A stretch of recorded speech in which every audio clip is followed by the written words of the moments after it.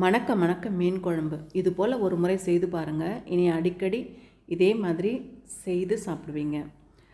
இதுக்கு 1 கிலோ மீன் நான் வாஷ் பண்ணி எடுத்து வச்சுருக்கேன். ஒரு பேனில் ஆயில் விட்டுட்டு ஆயில் சூடானதுமே கடுகு உளுத்தம் பருப்பு சேர்த்துக்கிறேன். வடகம் இருந்தாலும் சேர்த்துக்கலாம், நல்லாயிருக்கும். நான் 2 வெங்காயம் பொடிசாக கட் பண்ணி இந்த ஆயிலே நல்லா வதக்கிக்கிறேன். வெங்காயம் சீக்கிரம் வதங்கணுன்னா சால்ட்டு மஞ்சள் தூள் சேர்த்தா சீக்கிரமாக வதங்கிடும். சால்ட்டு சேர்த்துக்கிறேன், மஞ்சள் தூள் சேர்த்துக்கிறேன். வெங்காயத்தை நல்லா வதக்கிக்கிறேன். கறிவேப்பிலை சேர்த்துக்கிறேன்.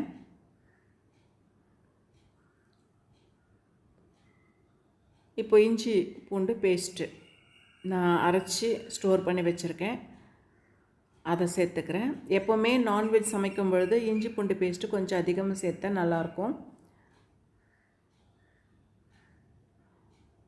இந்த வெங்காயத்தோட இஞ்சி பூண்டை நல்லா வதக்கிக்கிறேன்.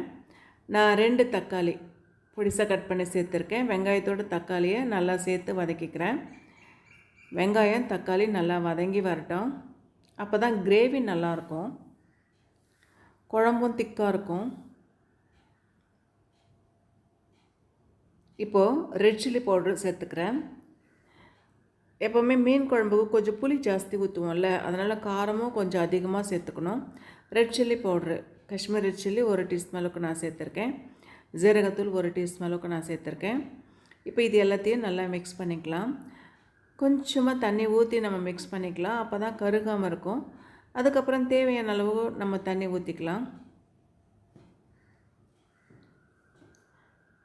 இப்போ கொஞ்சம் அதிகமாகவே நம்ம புளி கரைச்சி ஊற்றிக்கணும்.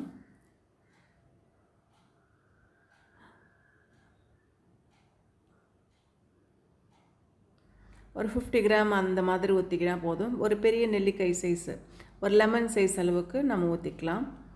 இந்த மாதிரி திக்காக ஆனதுக்கப்புறமா நம்ம வாஷ் பண்ணி வச்சுருந்தோம் இல்லையா மீன், அதை சேர்த்துக்கலாம். இந்த ஸ்டேஜில் கொத்தமல்லி மீன் போட்டதுக்கு அப்புறமா போட வேண்டாம், முன்னாடியே கொத்தமல்லி சேர்த்துக்கணும். இதே நேரத்தில் சால்ட் சரியாக இருக்கான்னு செக் பண்ணிவிட்டு நம்ம வாஷ் பண்ணி வச்சுருந்தோம் இல்லையா அந்த மீன் துண்டுகளை இதில் சேர்த்துக்கணும்.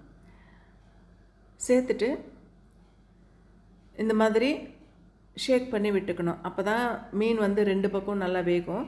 மீன் வேகிறதுக்கு ரொம்ப நேரம் ஆகாது, ஒரு 5 மினிட்ஸ் இருந்தால் நல்லா வெந்து வந்துடும். அவ்வளோதான், சூப்பராக மீன் குழம்பு ரெடி ஆகிடுச்சு. இதே மாதிரி செய்து பார்த்துட்டு எப்படி வந்திருக்கு சொல்லுங்கள். நம்மளுடைய சேனலை சப்ஸ்கிரைப் பண்ணாமல் பார்க்குறவங்க சப்ஸ்கிரைப் பண்ணிவிட்டு பாருங்கள். பக்கத்தில் இருக்க பெல் ஐக்கானை கிளிக் பண்ணிக்கோங்க. அப்போ தான் அடுத்தடுத்து புது வீடியோஸ் உங்களுக்கு நோட்டிஃபிகேஷனில் வரும். சூப்பரான மீன் குழம்பு ரெடி.